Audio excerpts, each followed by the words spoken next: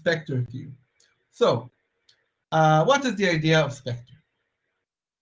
The idea of Spectre is we are going to use speculative execution and prime and probe to access memory we're not supposed to access. And how do we do it? It's fantastic. It's magic. I'll show it to you. You know, I'll show you a picture. That's the best thing I can do in 15 minutes. So remember the covert channel from a couple of minutes ago? Here is a very, very evil covert channel. This is the sender, and this is the receiver, right? So if they were both, so if you go, if they're, so the sender is evil and the receiver is also evil. If I want to send data from the sender to the receiver using prime and probe, I can just access something in my array, right? And then the receiver can probe and find out which set did I access. Okay, so far so good. I just told you about this in the beginning of the course, in the beginning of the hour. So is everybody clear about how can I get data from the blue part of the attacker to the blue part of the receiver? How can I use a covert channel to send data from here to here? So the receiver primes the entire cache, and I access my little array, right? But what if I want to get memory that I'm not allowed to access? What if I try to access this memory? What will happen then? The receiver both primes and probes. So if the attacker tries to access memory which it's not allowed to access, what will happen then?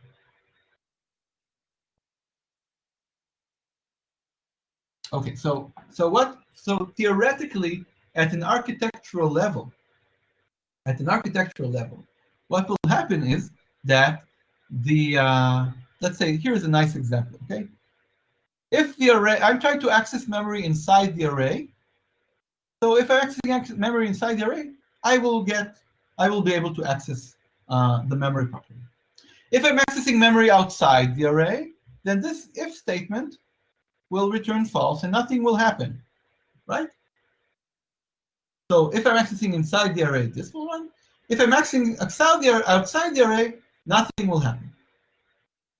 This is how the architecture works. But if I'm getting a speculative execution situation, what will happen is that the CPU is going to check this, and it's going to take a long time to check because I made sure that simple array.length is in DRAM. So now the pipeline is stuck until the CPU has finished checking if the index is inside the array.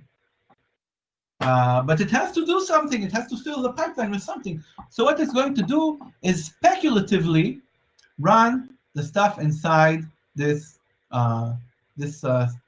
program. So it's going to speculatively access outside of the array. It's going to speculatively prime the cache. And what this priming step does, I don't think I will be able to tell you in the time we have left for this. But basically, what I'm doing here is I'm multiplying this by index by a number, and multiplying it by a number means that the value of the array is going to make me touch a different cache set. So each value will make me touch a different cache set. And now I'm going to do something. I'm going to modify data in the memory and so on. And this data, these accesses I'm doing are all going to get stuck in the reorder buffer until the memory access resolves. The memory access resolves, and the CPU discovers that I wasn't allowed to access this memory in the first place because this access was out of bound. What does the CPU do? The CPU throws away all of the speculative commands and it effectively forgets that it ran all of this, and it just does nothing. But these programs, these commands which ran, still had an effect on the cache. So even though they didn't get stored in the memory, they still had an effect on the cache. So it's not a fault.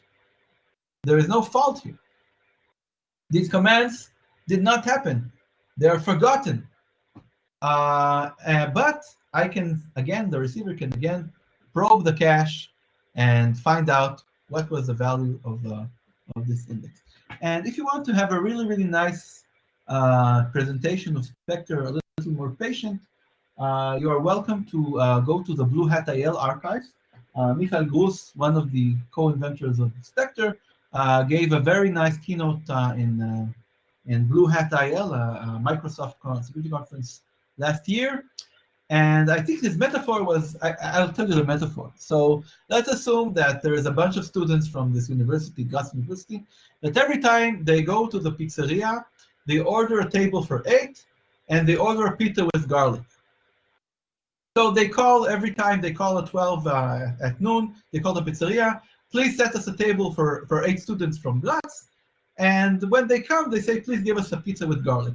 And now the chef at the pizzeria knows that they're always coming. So as soon as the chef hears there is a group of 8 students coming from Glatz, immediately he puts a pizza with garlic in the oven. And now another group of 8 students, a different group of 8 students from Glatz, go to the same pizzeria. They call the pizzeria and say, listen, please set us a table for 8 students from Glatz. And the chef puts the pizza with the garlic in the oven.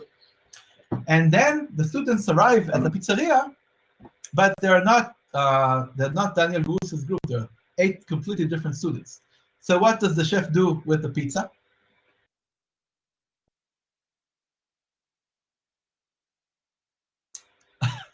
No, remove the garlic. That's not, you can't do it. So discount it. Give it. So what the chef has to do is throw the pizza away. The chef is going to throw the pizza away. But because nobody asked for this pizza, he was just speculatively cooking the pizza. Nobody told him, please make me a pizza with garlic. The only thing we put them is 8 students from Graz are coming to eat lunch. Oh, like here's, who wants to eat pizza with garlic? But this group of students, these 8 students who come to the pizzeria, can they tell that there was a pizza with garlic in the pizzeria? How can they tell? Yeah, because they smell the garlic. That's a fantastic metaphor, right? So they can smell the garlic. So this is a microarchitectural attack. So these 8 students they know if there is a pizza with garlic served at 12 at noon in the GOTS every day or not. So I'm really sad I can't tell you about Spectre a little more. Let's try it. I'll answer a few questions if you want, and then we'll take an early break because I know that Ali has. Ali, okay. Why is this like Spectre?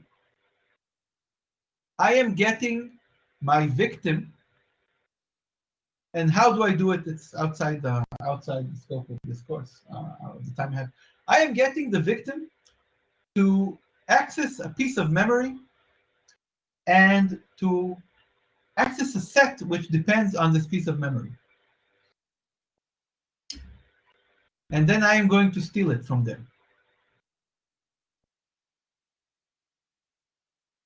I'm going to find out the value of this array, even though I wasn't supposed to access it.